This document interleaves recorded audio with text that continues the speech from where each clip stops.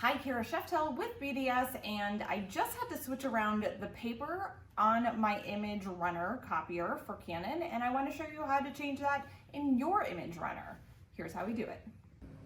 Okay, so the first thing that you're going to do is go to Settings and Registration, and then you are going to go to Preferences and Paper Settings. From here, we hit Paper Settings again, and now we can adjust. For me, I do have letter loaded, but I have a specific type, and so I want to make sure that the machine is getting to the right temperature. So this one is color, and so now that I have that selected, it will go to the right temperature. I also happen to change this as well, so I'm going to do the same thing. Go to Settings, and I'm going to hit Color.